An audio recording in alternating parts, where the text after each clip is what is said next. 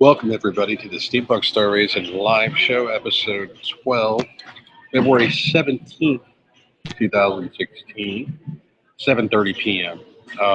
It's been a month since I did another live show, and the last show that I did was kind of a disaster. Not only was I by myself like I am today, my co-host failed to show up.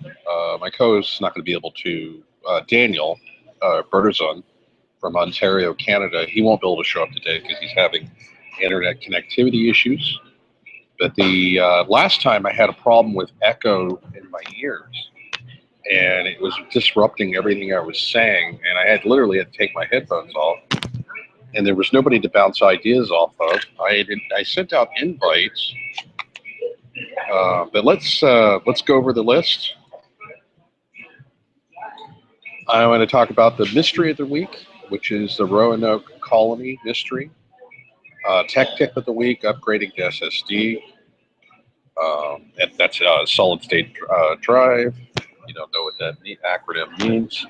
And I wanted to talk about Flash Season 2, Deadpool movie review, Gallifrey One Experience that I went to last weekend, which I've uploaded interviews and videos from, and Gravitational Waves. Einstein had predicted 100 years ago that there was gravitational waves in deep space, and scientists have now discovered them, which is an amazing scientific discovery. Bear with me here, guys. It's much more interesting when it's interactive. I don't have anybody watching me live right now. Let me go over to Google Hangouts and see if I can get some people to join.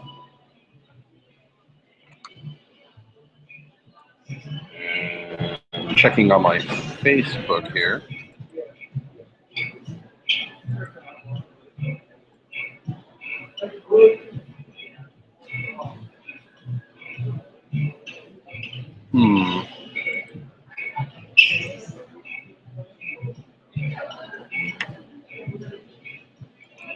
Let's see.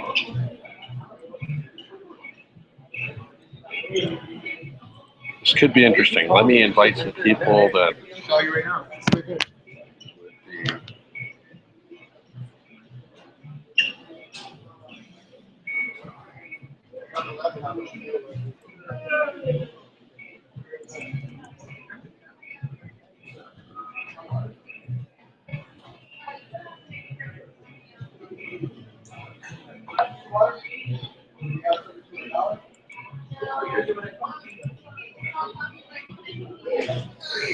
Okay. I apologize. It looks like I'm not going to have any guests today. I'm going to have to do this thing solo.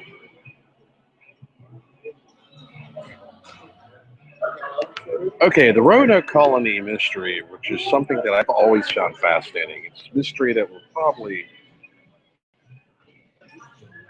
never be solved. I'm going to go to screen share here.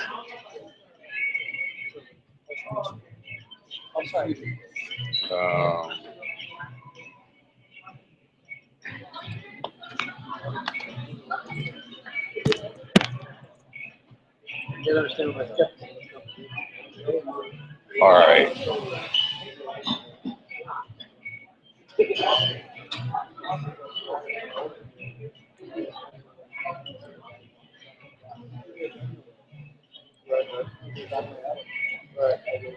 And nobody's joining me,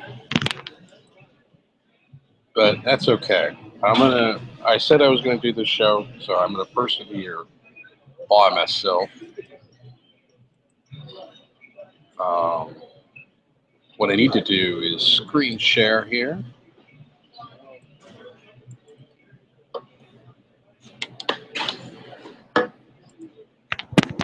But yeah, the Roanoke Colony, I'm reading here directly from Wiki, so I am citing my sources.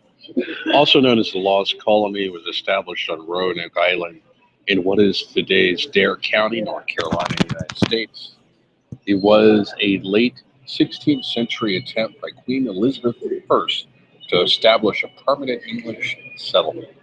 The colony was also founded by Sir Walter Raleigh. The colonists disappeared during the Anglo-Spanish War, 3 years after the last shipment of supplies from England. The disappearance gave rise to the nickname the Lost Colony, and to this day, there has been no conclusive evidence of what happened. I actually have a theory about this. I think based on, there was a lot of Native American tribes around in that area at that time, and there's been rumors and reports that some of the Native American tribes have like blue eyes and other traits that are uncharacteristics of people who are Native American. I believe that the Roanoke colony was a failed colony because they kept restocking it with people, and people kept dying of diseases and starvation. And it was really an ill-conceived idea of a colony. And I think the first successful colony was Jamestown. And so I think part of the population died, but then the rest of them integrated in with a tribal culture. They just became integrated, and because there wasn't a lot written down back then, especially your Native American tribes didn't have a written language.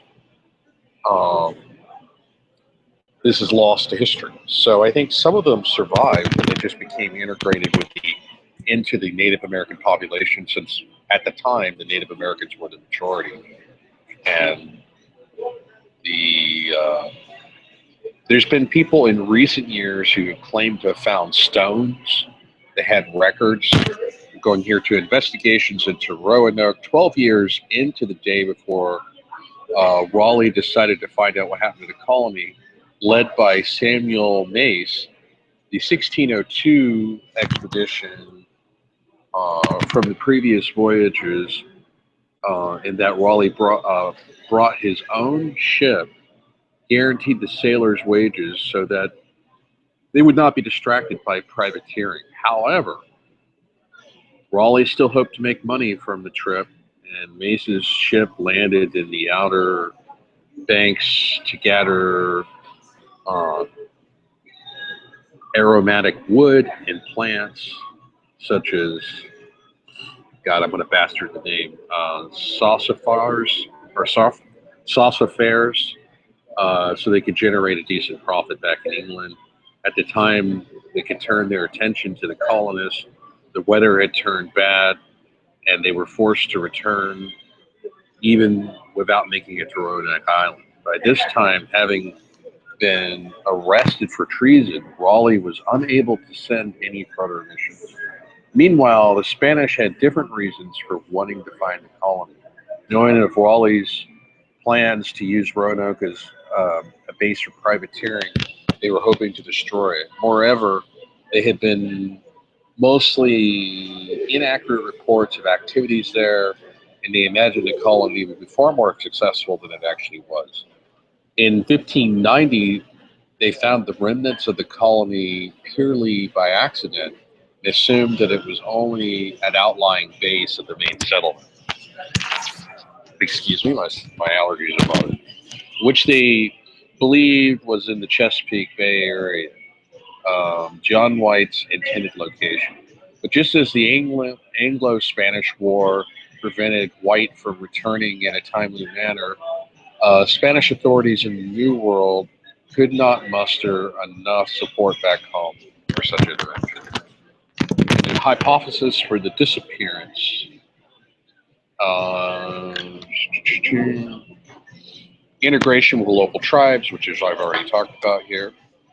Let me go back to my main window. It's so confusing having all these windows open. I should have just did tabs. I apologize, guys. A little bit awkward when I'm talking with myself. I'm used to having guests on my live show, but like I said, when I most of the time, unless unforeseen circumstances happen, I like to go through with the show, even if I don't have guests, and even if I don't have a co-host. I'm still going to do it, and you can watch it There's nobody watching live right now. You can watch my live show as a recording on my YouTube channel. Anyway,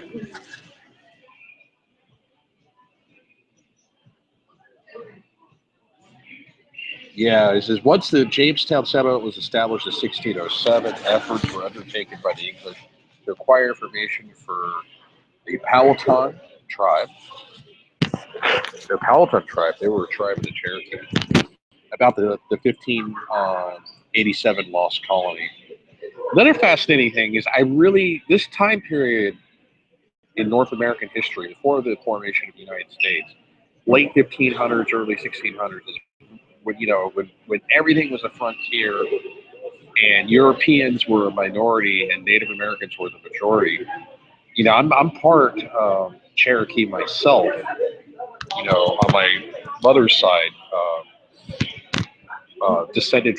partly descended from Powhatan Indians. But yeah, I find this time period in history really interesting, and I don't know enough about it. So that's why I'm reading directly verbatim. I know a little bit about Roanoke Colony and the Lost Colony, and I watched a documentary about how some people have claimed to have found messages etched in stone, supposedly dating from the late 1500s, listing like death certificate and a listing of names of what happened to some of the people. But this can't be confirmed as fact because anybody can etch in stone and claim anything. And it's really hard to date stones. You could do a radiological dating of a stone, but it's only going to tell you when that stone was formed. It's not going to tell you when somebody etched on it.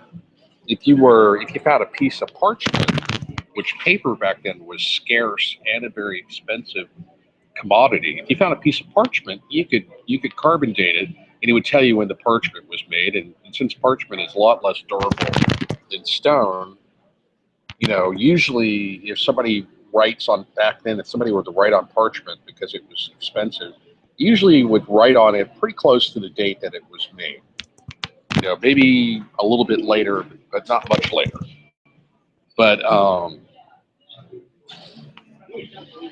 yeah, I think that a fraction of the colony survived, and I think they integrated with local tribes. And we will probably never know. I mean, you got to stick to the scientific method, people, and we'll probably never know what happened, sadly. Sadly, even though somebody said that they were going to join me in the cast, nobody has joined me.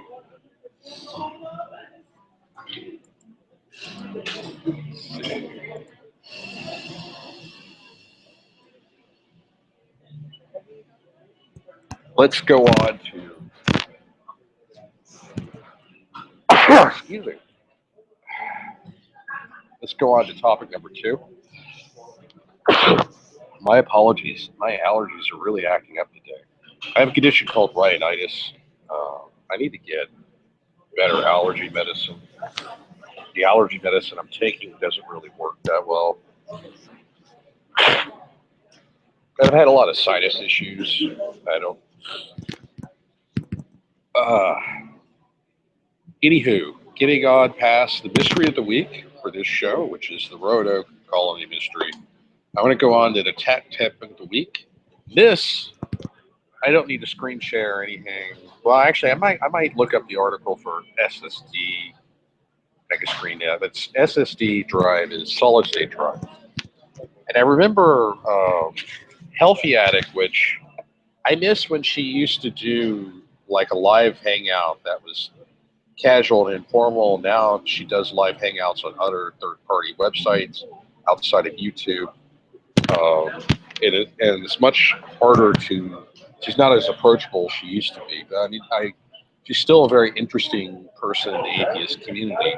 But when I was talking with her, I think it was a couple of years ago, on her one of her live podcasts that she was doing, she was complaining. I'm doing this on a 2010 MacBook Pro. She was complaining, my 2010 MacBook Pro is way too slow, and it's old, and it's slow, and I need to get a new MacBook.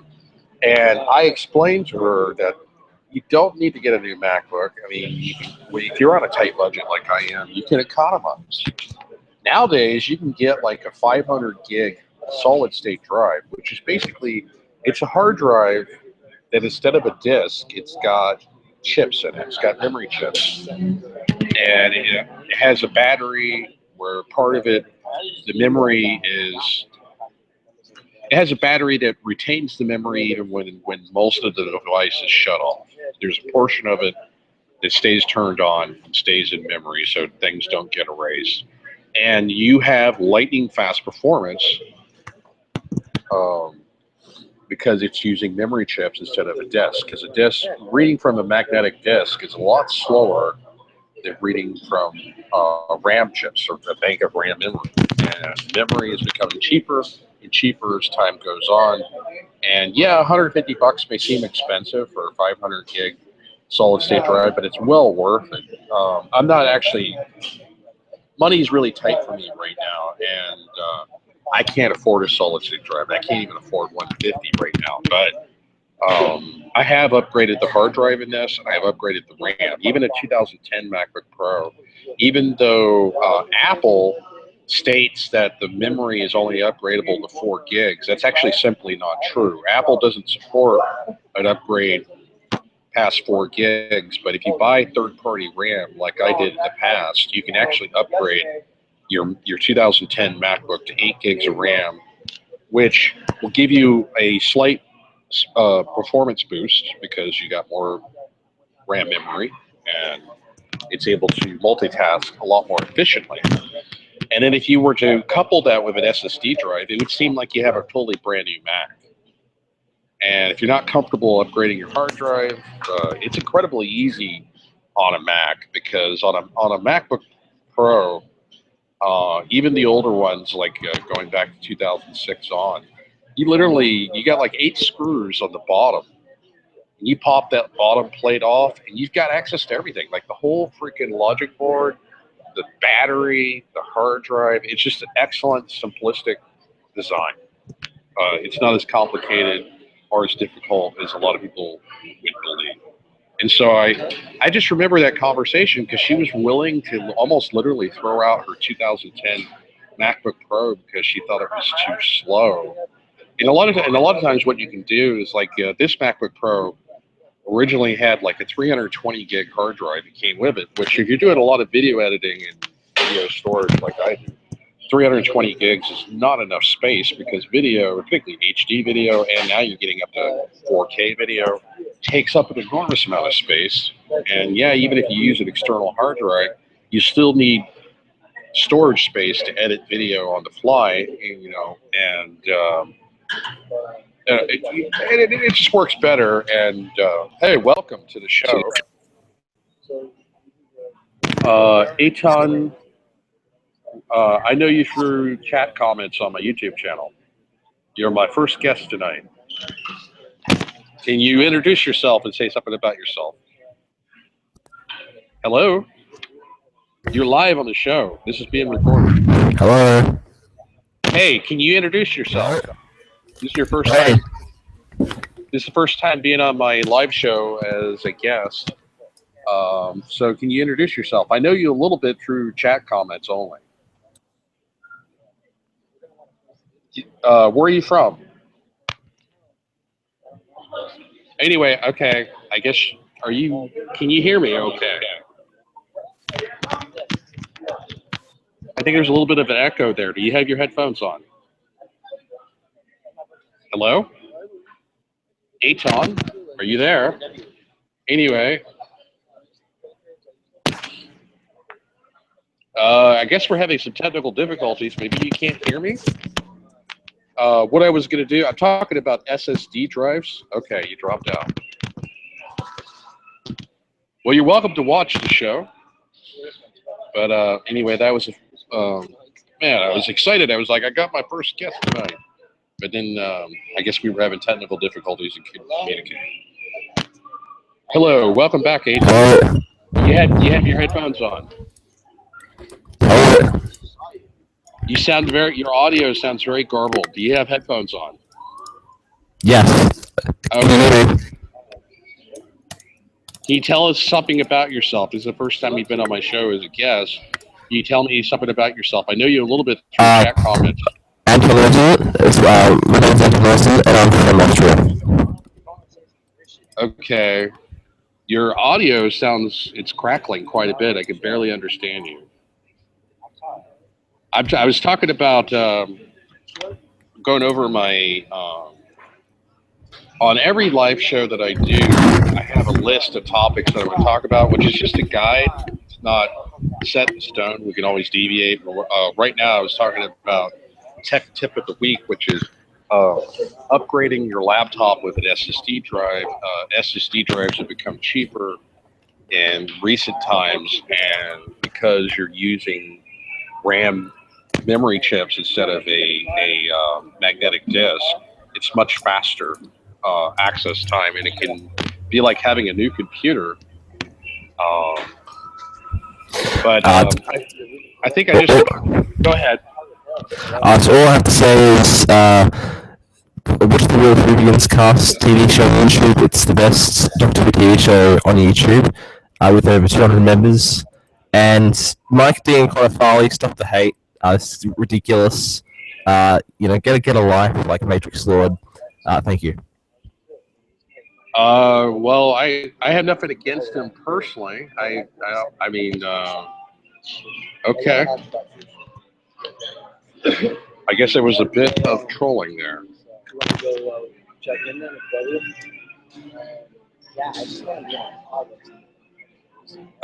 That's unfortunate. I was hoping to have entertaining guests to talk about interesting topics, but apparently he wanted to reach out against Matrix Lord, which I'm not here to troll. I'm just trying to do a show about interesting topics. I like talking about interesting things. I'm not here to troll or talk negatively or bad about other people unless they accuse me of something that I haven't done. But anyway, we've got one viewer. Okay, thank you, one viewer. But anyway, so I'm going to move on to the next topic on the list. If anyone wants to join me, I'm not here to talk about Matrix Lord and who doesn't like who on what Doctor Who show. I'm not. I could care less about that. I do guest appearances on his show because it helps me out, and I like talking with other fellow nerdcore people about nerdcore stuff. Anyway, I got done talking about SSD, and I'm going to move to Flash. The Flash season 2. I've seen. I haven't seen the last 2 episodes of Flash season 2, but I've seen up to episode 13.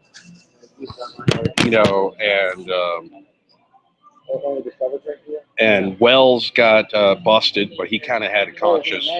Wells from Earth 2, and was found out that he had been working for Zoom. So I think it's going to be a very good story arc. I really love the parallel universe, the multiple Earth story arc that they're doing in Flash 2, and touching on time travel. I really miss Star Trek being on television, and this is what's so great about Flash, because it's not just a superhero show, it's also science fiction, and which most superhero shows are, but this really focuses on a lot of theoretical physics that Star Trek touched on, and that's what makes Flash such a beautiful show. And Flash was good in season 1, but it got in a lot of ways more interesting in season 2. If anybody wants to join me, that's fine. If you want to ask me questions, you can talk about anything. I stick to a guide, but it's like I said, it's not set in stone. And even if you have a problem with me, you can tell me face to face, and we can confront the issue, and I'll be responsive. I'm not going to be like Anita Sarkeesian. And the one thing I don't like about some YouTubers like Anita Sarkeesian, she disables comments and ratings in her videos because she doesn't like any negative response or any criticism. I will respond to any criticism. I don't really have anybody negatively talking about me or making fun of me because I'm not that popular. And so you got to realize that with popularity, it comes with the territory the more popular you become, the more criticism you're going to get. You know, like Matrix Lord 212 is more popular than me, and he gets a lot of criticism. So I welcome the criticism because I say that there's no such thing as bad publicity, and so you take the good with the bad, and it just comes with the territory. And I'd be willing to, if anybody wants to criticize me or challenge me on my politics or anything or my opinions, I welcome it. I have no problem with that. I just wish that Aton, when he was on earlier, I could have had a two-way discussion. He came on very briefly and then just left. Anyway, yeah, but Flash Season 2 is really good, and I can't wait to see what happens with the story arc with Zoom. Zoom is much more of a badass villain than the Reverse Flash was, although I did like Reverse Flash because he was kind of devious. You had the Harrison Wells from Earth 1, but he wasn't really Harrison Wells. He was a Barton. I always have a hard time saying that name. Barton Thong. Anyway, from the future, but the only criticism I have about Flash is the time travel physics doesn't really make any sense because at the end, the season finale of Flash 1 ends on a climax because Eddie Thong, who was an ancestor of the Reverse Flash,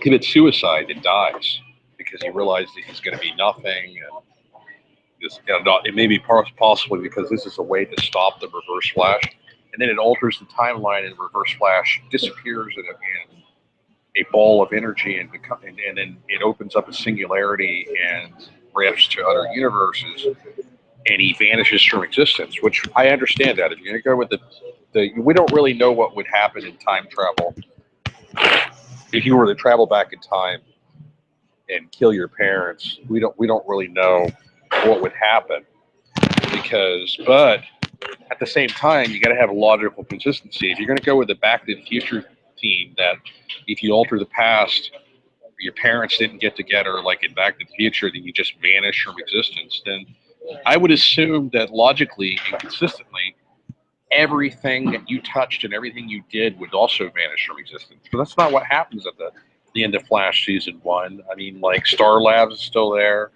even though the Reverse Flash had built up Star Labs, and he killed the original Harrison Wells, who was supposed to create Star Labs, and his last will and testament was still there, and that's how he confessed to the murder of Barry Allen's mom.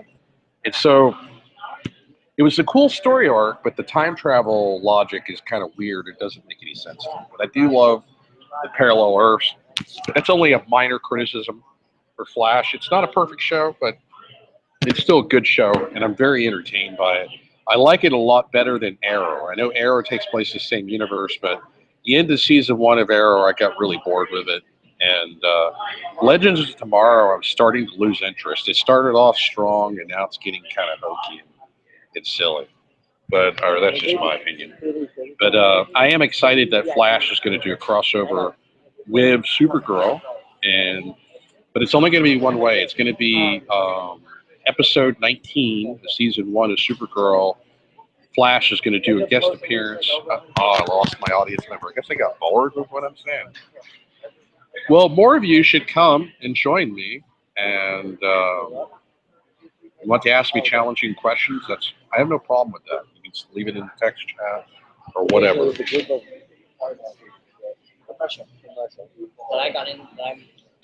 But yeah, so there's exciting things in store. Apparently Supergirl and Superman are in a different Earth, and that explains why they weren't referenced previously. But because of budget constraints, and I think there's one production company that owns the copyrights or not the copyrights, but the licensing to Supergirl, and another company that has the TV license to Arrow and the Flash,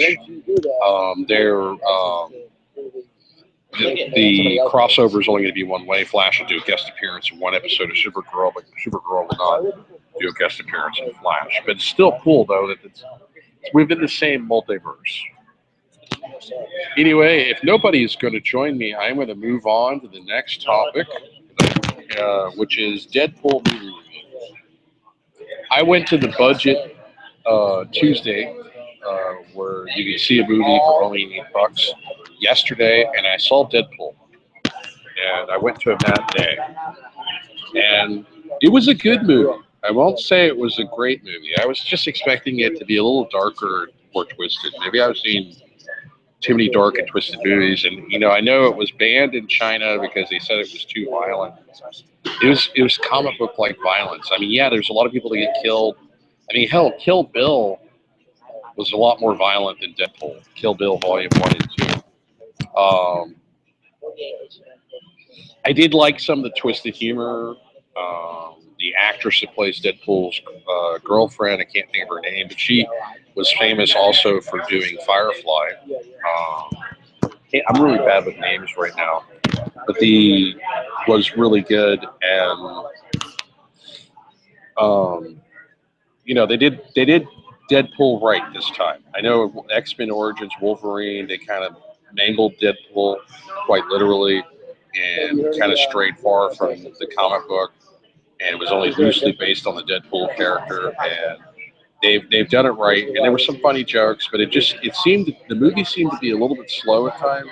It seemed to drag at times, but overall, it was a good movie. I wouldn't say it was. I don't know. That's why I went for the. I'd give it about a 7 on a scale of 1 to 10. That's what I would do. And since I have nobody else to bounce ideas off of, I've heard of it. Gallifrey One Experience. Okay, well, that's the next topic. Gallifrey One, which I went to last weekend, Friday, Saturday, and Sunday, and I think there was the unofficial Thursday, which was Thursday, but I didn't get to go that day. Was great. I went covered it as press, and I did an interview with Dave McIntosh, and I did an interview with Ian, the guy that played Churchill, Doctor Who, and I had a wonderful time. Interviewed some people in cosplay, took a bunch of pictures. It is the largest Doctor Who convention in North America, and I would recommend it for anybody. It's held at LAX. Excuse me. It's held at the Marriott Airport, or it's held at the Marriott Airport Hotel at near LAX, or LAX Marriott Airport Hotel, where you want to call it, in Los Angeles. Really close to LAX, like within less than a mile. And they have a lot of conventions there at that hotel because it's really convenient for people to fly in, get a shuttle bus to the hotel, and then get a shuttle bus back and leave. And but yeah, it was a really nice convention. 4,000 plus people. They sold out of badges. I didn't have to pay for badge because I was covering it as press. I really recommend that for anybody who wants to go.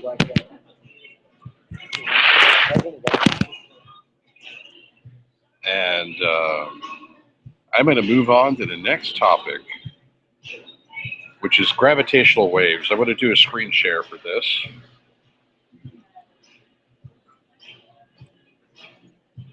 Bear with me.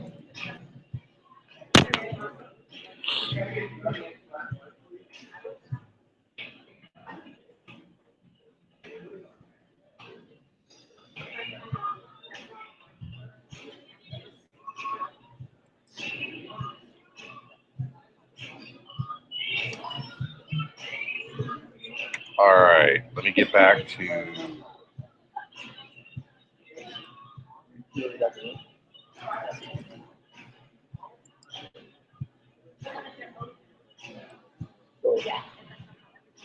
do a screen share here. Yeah. That kind of problem.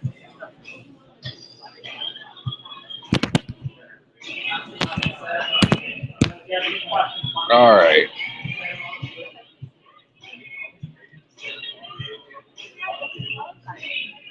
Yeah, in physics, gravitational waves are ripple or curvature of space-time, which propagate as waves, reading here directly from Wikipedia, traveling outward from space, predicted in 1916 by Albert Einstein on his basis of theory of general relativity. Gravitational waves transport energy as gravitational radiation. Something that radiates from something. The existence of gravitational waves is a consequence of the Lorentz invariance of general relativity. And I know that they recently discovered evidence of two black holes that were orbiting each other, and then they integrated. The two black holes became one, and this emanated at a massive amount of gravitational waves. It took them many years observing things to discover them, and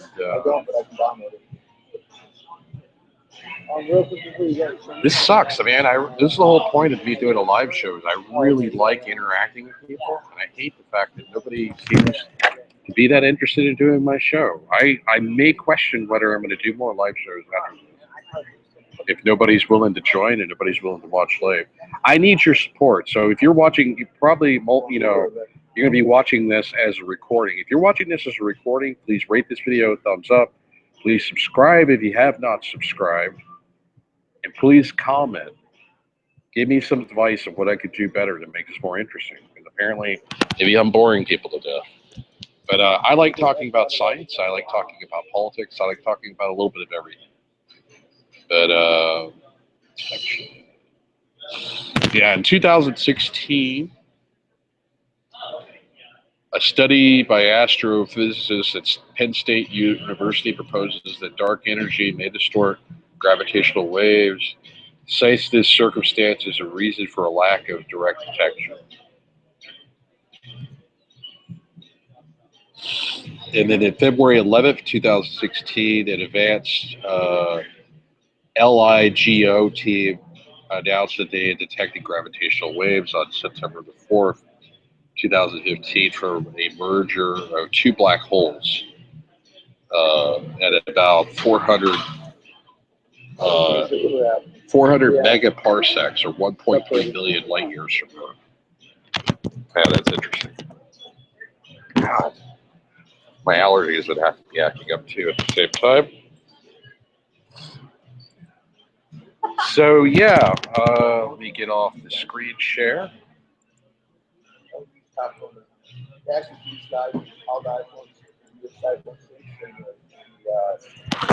All right. Between my allergies acting up, the fact that apparently the only person that I had on as a guest wanted to just insult and leave trolling comments without actually giving me a chance to respond, and the fact that nobody's watching live and I have no guests to bounce off of, and I've gone through all my topics, I'm in a debate whether I'm probably going to have to choose an earlier time or a better time.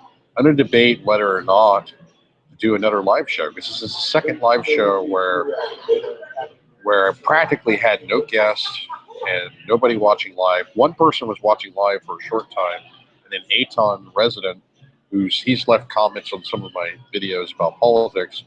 He briefly came on, was a garbled response, and then left some insult about Matrix Lord, which I couldn't fully understand. And before I could even respond, he left. So this has not been very productive, but hopefully, like I said, if you want me to continue doing this show, give me a suggestion for better time, better topics. Give me suggestions. Leave comments in the video description, because this will be on my YouTube channel as reporting. Please rate, subscribe, because this helps me out. Please share this video if you like some of the topics that I've talked about.